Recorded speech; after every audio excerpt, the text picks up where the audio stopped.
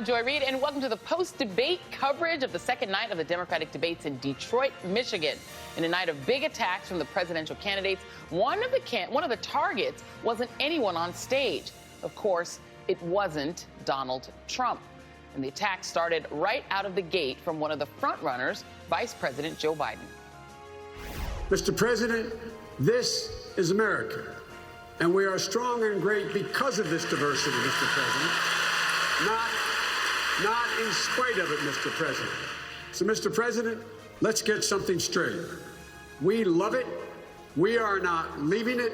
We are here to stay, and we're certainly not going to leave it to you.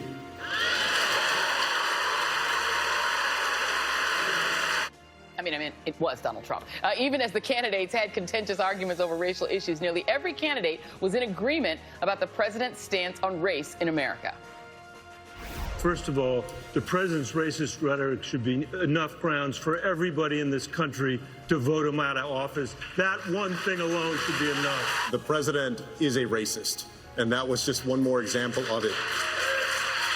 We know that whether it's Baltimore or cities like Detroit, they're tremendously rich in history and culture and also in possibility. We can no longer allow a white nationalist to be in the White House, number one. And number two,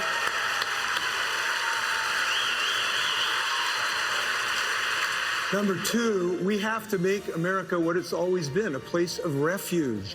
Senator Kamala Harris, Senator Cory Booker, and former HUD Secretary Julian Castro all agreed that there's plenty of evidence to pursue impeachment proceedings against Trump.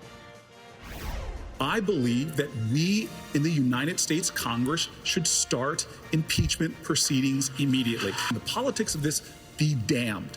When we look back in history at what happened when a president of the United States started acting more like an authoritarian leader than the leader of the free world, the question is what will we have done? We all watched his testimony. I read the report. There are 10 clear incidents of obstruction of justice by this president, and he needs to be held accountable. I've seen people go to prison for far less. There are 10 different instances that Robert Mueller has pointed out where this president either obstructed justice or attempted to obstruct justice, and I believe that they should go forward with impeachment proceedings.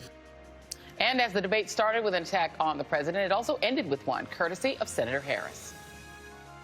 We have a predator living in the White House. And I'm going to tell you something. Donald Trump has predatory nature and predatory instincts. And the thing about predators is this. By their very nature, they prey on people they perceive to be weak. They prey on people they perceive to be vulnerable. They prey on people who are in need of help, often desperate for help. And predators are cowards. Joining our discussion now are Jason Johnson, politics editor at theroot.com and professor of politics and media at Morgan State University. He's an MSNBC political analyst. Jonathan Alter, columnist for The Daily Beast and an MSNBC political analyst. Tiffany Cross, co-founder and managing editor of The Beat DC. David Jolly, former Republican congressman from Florida, who's an MSNBC political analyst. And Maria Urbina, national political director of Indivisible. Okay, Maria, I'm going to start with you. You watched from the debate hall. How did it go over? And did you get a sense from the people you watched with that Donald Trump was given enough of the business for their liking? Hey, yeah, so tonight I thought there were a ton of fireworks. Sitting in the debate hall myself and watching the reaction from the audience, we kicked off early on with two demonstrations, one against police accountability and one on immigration. And so I think it's important that yes, folks really made the contrast against Trump, but what voters want to see is also a vision forward. Just being better than Trump is not enough. And so I think it was really important that folks distinguish themselves on a much more exciting and bold vision beyond just being better than Trump. And by the way, what you're talking about, there were two eruptions of demonstrations. One was actually during Cory Booker's opening, but it was actually against New York Mayor de Blasio, and it was specifically related to Officer Pantaleo, right. who they want him fired, essentially, even though the Justice Department of the current president let him off the hook for killing Eric Garner. So that's what that debate was about, and it erupted actually twice during the opening. What did you make of de Blasio? Because de Blasio was actually on the attack. They got, the recipient of those attacks was actually on the attack a lot against Joe Biden. Yeah, he was on the attack, but he really wasn't who stood out. Really tonight, I think who had a standout night were Senators Booker and Secretary Castro. And when we look at what some of our membership listening that's coming in now, our Indivisible flash poll will come out in the morning, but some of what we're already seeing is that Senator Booker is at the top of the list for best performance tonight. And I think that, again, he really had to make the case tonight to stand out and to really make a splash, and he did that. I also want to note that I think it was really important that it's not just the job of candidates of color to make the case about race in America and race in the presidential primary, but it is really important that their personal pain, their proximity to pain is really informing their solutions and their vision. And you saw Senators Booker and other folks of color, frankly, on that stage, I think, make the case in a way that was really animating for all primary voters tonight. Yeah, and Tiffany, that is a huge difference between this debate and the debate last night. But this is the debate with people of color in it and where those issues had a lot more salience. Well, this debate stage looked like the face of America, which, last night, quite frankly, didn't. But that didn't mean that issues of race didn't come up last night. Right. I think that's a really important point. I have to give a shout out to Senator Gillibrand. I thought that she made a very compelling case tonight to say, listen, I can actually talk to some of these white suburban women and tell them why their whiteness is a privilege and why they don't have to fear for their sons the same way that people do. I thought that was a great point. And I think the other guest made a great point, too, that this is something that has to animate voters. Again, I want to say we can start from the perspective that everybody understands that Donald Trump is a racist and a white supremacist. We're not trying to convince anybody of that point.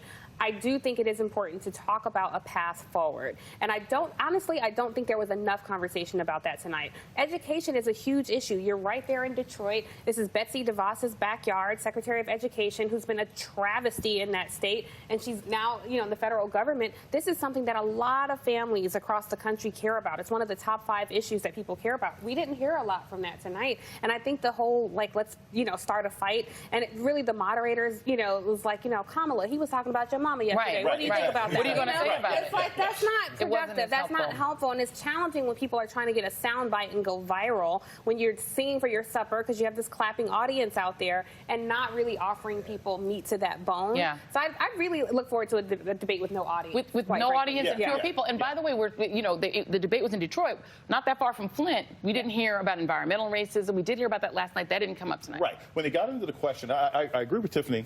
It said when we're talking about education, because only Bennett really talked about education. Yeah. He said education is a big issue. I was surprised that you are in Detroit and there were so few Detroit-oriented responses. Exactly. I think only Cory Booker said, hey, the reason that we lost Michigan is because of voter suppression and this, that, the other. I was surprised at how few times they actually seemed to recognize where they were and why that should matter, because if you've got an audience there, you should play off of that audience. And it was a mistake, I think, on the part of a lot of candidates. But I'll also say this, and I agree.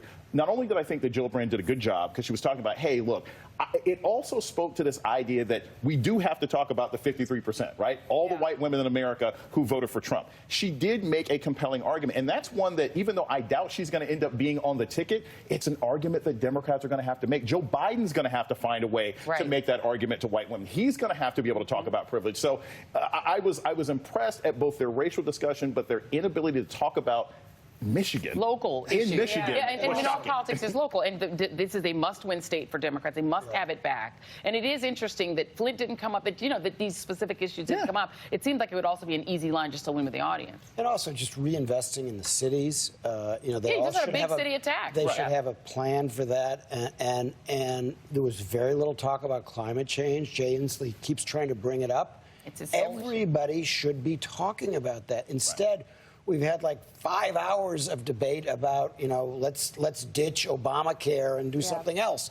Like, this is one issue of 20 important issues that immigration and health care have had a disproportionate amount of attention. I also think impeachment was underplayed. Absolutely. Castro had a great line against Bennett, where Bennett said, no, they shouldn't impeach because Mitch McConnell is just going to, not do it in the Senate. And then Trump will say, see, I got acquitted in the Senate. And Castro had a great point. He said, if they don't impeach, Trump will say, even the Democrats weren't willing to say that I was guilty, which now everybody should focus on that, because the burden really is on those Democrats. Otherwise, Trump will make that argument. Absolutely. And so I guess on this issue of race, it's viewed by a lot of the political punditocracy that it's a killer for Democrats. that the more they talk about issues involving race, the more they talk about, for instance, there was an obsession in both debates about, are you going to have open borders? And so it does feel like even within the Democratic debate, there's this us versus them setting up. But if you're going to let all of them in, you're going to lose because people don't want them here. Sure, and look, the xenophobia that the Republican Party under Trump continues to peddle is an issue that has to be dealt with. But we can't overlook the context of tonight's debate, given the last 3 weeks of Donald Trump escalating the racism. And as we talked last night, I think it's easy to say it's racist. It's easy to call out racism, and it's necessary to do so. What we are looking for, though, is a candidate that can speak to the unsettling of the American spirit around this issue. Will white voters vote against Donald Trump because he's racist? The average in Florida? Talk about Florida white voters. Your former constituents. Will they vote? I mean, seriously, would white voters in Florida, in your old district, vote against him specifically because he's racist? Yes. Only if a convincing leader shows them why they need to. And what we saw tonight was, in addition to calling Trump's behavior racist, you did see Joe Biden try to speak to who we are as a nation when he went straight to camera. You saw Cory Booker try to speak, yes, call it racist, but he spoke to who we are. Frankly, Michael Bennet gave a very compelling opening statement when he said, I saw the sign that said, love it or leave it, and it was on a church sign. You saw Gillibrand try to do it. The nation needs a leader that can defend communities of color against racism, but can bring white America along to understand the subtlety at times of the racism that is different than the overt racism. That's a leadership quality, and I believe a leader can convince enough Americans to follow that path. But do they need to be convinced that Trump at this point? Like, what needs to happen for white voters? Because it almost sounds like when we say, because it's really hard for, I think, America and Americans to acknowledge that this is a racist country. It was founded on racism. So what needs to happen? And let me just say, I think when we put this to white America sometimes, there is this misunderstanding that you can be okay with racism and not be called a racist. And I just, for people of color across the country, it's really hard to take that. I do think that the key to the answer to your question is that there are a lot of white Americans who don't want to think of themselves as racist. And this is why a lot of them voted for Obama. They were like, I'm going to show, like the feeling of that I'm not a racist. And if they can be convinced that even if you are not a racist, if you vote for a racist, it's giving aid and comfort. Quickly, Jason, and then Maria. And that can be effective. Because first off, I agree with you. That just takes too much time. So at the end of the day, there ain't one white person in America who will not vote for Trump because he's a racist, because they knew he was a racist when he got elected. That's never going to be a problem. I don't agree with you at all, Jason. There's not anybody who was surprised by who he is now. They knew he was a racist. They just didn't care. He's been worse than they expected. He's just a worse racist. But that doesn't mean it went from Okay, wait, I have to give. Okay, we're gonna have everybody hold so I can let Maria Urbina have the last word.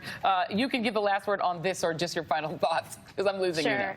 Sure. I would just say I want to put this in context a little bit. I think Secretary Castro did a really good job of really addressing this. He's taking us forward on immigration, for example. I know folks think that we're overplaying our hand on immigration, but I reject that. One, because we have no choice against Donald Trump. He's going to continue to weaponize this. He's done it. He did it in the midterms, and it didn't work. And so I think it's really important that folks are able to reject that we can't grow our coalition if we're not speaking clearly about race and immigration, because, one, we think it really will gin up the base. It will gin up young people and people of color and women. And so I just want to put that in context and show that Secretary Castro was really clear tonight that this is going to be a winning issue if we're not afraid of it. All right. Well, Maria Urbina, thank you very much for talking to you. And coming up, the Democratic debates include